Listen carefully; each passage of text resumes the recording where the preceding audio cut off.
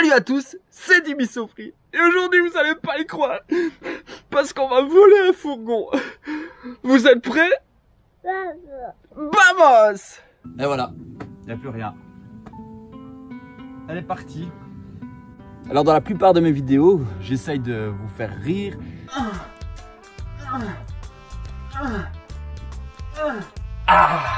Le sport, ça c'est une bonne solution.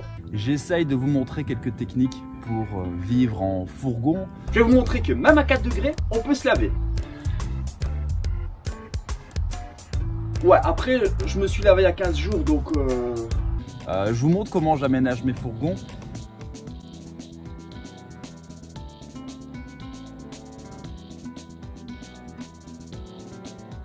Et en fait, mes deux envies, finalement, c'est de vous faire découvrir comment on peut vivre avec un espace le plus réduit possible et avoir toute la possibilité d'être libre et de partir quand on veut. Mais là, aujourd'hui, c'est franchement différent. Pour tous ceux qui ont déjà commencé un aménagement, qui ont déjà fait un aménagement ou qui sont déjà partis avec le fourgon de quelqu'un ou en camping-car, vous imaginez bien que le travail que ça demande pour réaliser un tel engin, c'est énormément de temps. Un investissement colossal au point de vue temps, point de vue financier, mais aussi du point de vue des nerfs, parce que c'est pas toujours facile de faire les choses comme on voudrait qu'elles soient et dans les délais qu'on voudrait. Hein? Réveille-toi! Réveille-toi! Hein?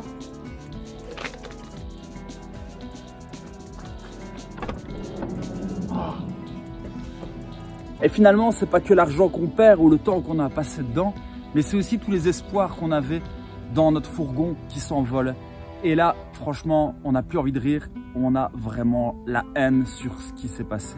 Et bien sûr, on se dit toujours qu'il y a pire, qu'il y a des choses qui arrivent à d'autres personnes qui sont bien plus graves que ce qui nous arrive à nous.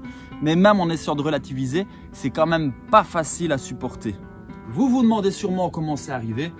Je vais vous expliquer un petit peu tout ça. Il y a environ un mois, j'étais parti dans le nord de l'Espagne pour vous présenter le fourgon 4 places. D'ailleurs, n'hésitez pas à aller voir la vidéo que j'ai faite à ce sujet.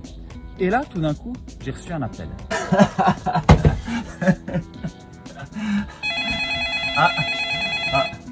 Allô? Allô Bernard, ça va? Salut. Ouais, écoute, j'ai une mauvaise nouvelle à t'annoncer là. Hein? Ouais, mais écoute, on a cambriolé. Quoi? Et quoi? T'as des infos? Ouais, le fourgon a disparu, mais le reste, je sais pas, je dois aller voir encore. Ouais, ok, bah ça va. Enfin, ça va. Ouais. Oh bah écoute, tiens-moi au courant, après, de toute façon, je sais bien, tu... Ouais, écoute, je te tiens au courant là, mais faire, apparemment, ouais. Ouais, ça va, je te remercie. Ouais, ça, on se tient au courant, ouais. À bientôt. Ouais, je te remercie, ça va, on se tient au courant. Ouais, salut. En réalité, en partant, j'étais parti avec ce fourgon, le fourgon 4 places, mais j'avais laissé chez moi un deuxième fourgon sur lequel j'étais en train de travailler, et c'est ce fourgon que les voleurs ont embarqué. Ils sont en fait rentrés chez moi, ils ont volé les clés du véhicule, ils sont ressortis et ils sont partis avec le fourgon. Ensuite, la gendarmerie est arrivée chez moi, ils m'ont téléphoné, ils m'ont demandé un peu ce que j'avais chez moi et ils m'ont confirmé évidemment le vol du véhicule. Vous vous demandez sûrement pourquoi il y a eu un trou dans mes vidéos pendant un bon moment. En fait, c'était suite à ça. Évidemment, j'avais pas forcément le moral pour faire mes vidéos. Et donc, en revenant chez moi, j'ai été directement porter plainte à la gendarmerie. Mais évidemment, le véhicule, on l'a jamais retrouvé. Alors du coup, si tu m'écoutes, petit voleur, n'hésite pas à revenir, à me rendre le véhicule, ce serait sympa. Je doute pas que tu le feras. Si vous aussi, vous avez déjà été volé dans votre fourgon, dans votre camping-car, ou même chez vous, n'hésitez pas à me laisser un message dans les commentaires. J'espère que vous avez aimé la vidéo. N'hésitez pas à l'aimer, à vous abonner et à la partager pour en connaître plus sur nos fourgons, sur nos projets et sur la liberté. Hasta luego!